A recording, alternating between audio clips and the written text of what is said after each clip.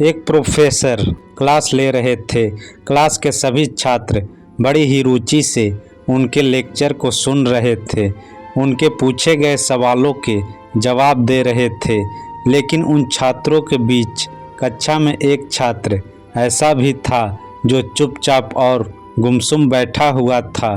Professor ने पहले ही दिन उस छात्र को नोटिस कर लिया, लेकिन कुछ नहीं बोले। लेकिन जब 4-5 दिन तक ऐसा ही चला तो उन्होंने उस छात्र को क्लास के बाद अपने केबिन में बुलवाया और पूछा, तुम हर समय उदास रहते हो, क्लास में अकेले और चुपचाप बैठे रहते हो, लेक्चर पर भी ध्यान नहीं देते, क्या बात है? कुछ परेशानी है क्या? छात्र कुछ हिचकिचाते हुए बोला, मेरे अतीत में कुछ ऐसा हुआ है जिसकी वजह से मैं परेशान रहता हूँ, समझ नहीं आता क्या करूँ। प्रोफेसर भले व्यक्ति थे। उन्होंने उस छात्र को शाम को अपने घर पर बुलवाया। शाम को जब छात्र प्रोफेसर के घर पहुँचा तो प्रोफेसर ने उसे अंदर बुलाकर बैठाया। फिर स्वयं किचन में चले गए और शिकंजी बनाने लगे। उन्होंने जानबूझकर शिकंजी में ज़्यादा नमक डाल दिया।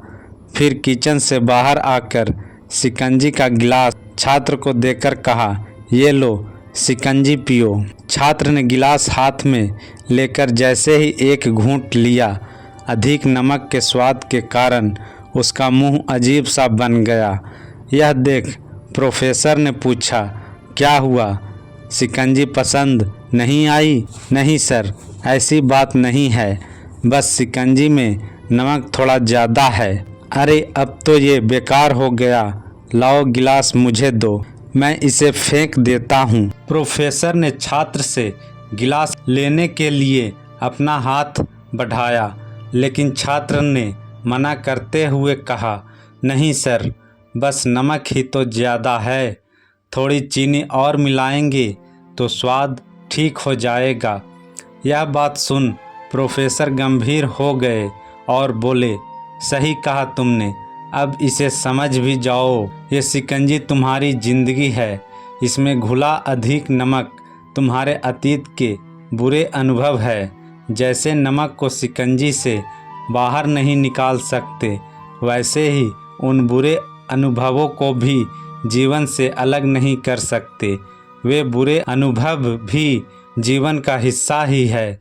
लेकिन जिस तरह हम चीनी घोलकर शिकंजी का स्वाद बदल सकते हैं, वैसे ही बुरे अनुभवों को भूलने के लिए जीवन में मिठास तो घोलनी पड़ेगी ना। इसलिए मैं चाहता हूँ कि तुम अब अपने जीवन में मिठास घोलो। प्रोफेसर की बात छात्र समझ गया और उसने निश्चय किया कि अब वह बीती बातों से परेशान नहीं होगा। ऐसी और अच्छी ज्ञानवर्धक और रोचक कहानियों के लिए हमारे YouTube चैनल को ज़रूर सब्सक्राइब करें और कहानी सुनने के लिए आपका बहुत बहुत धन्यवाद।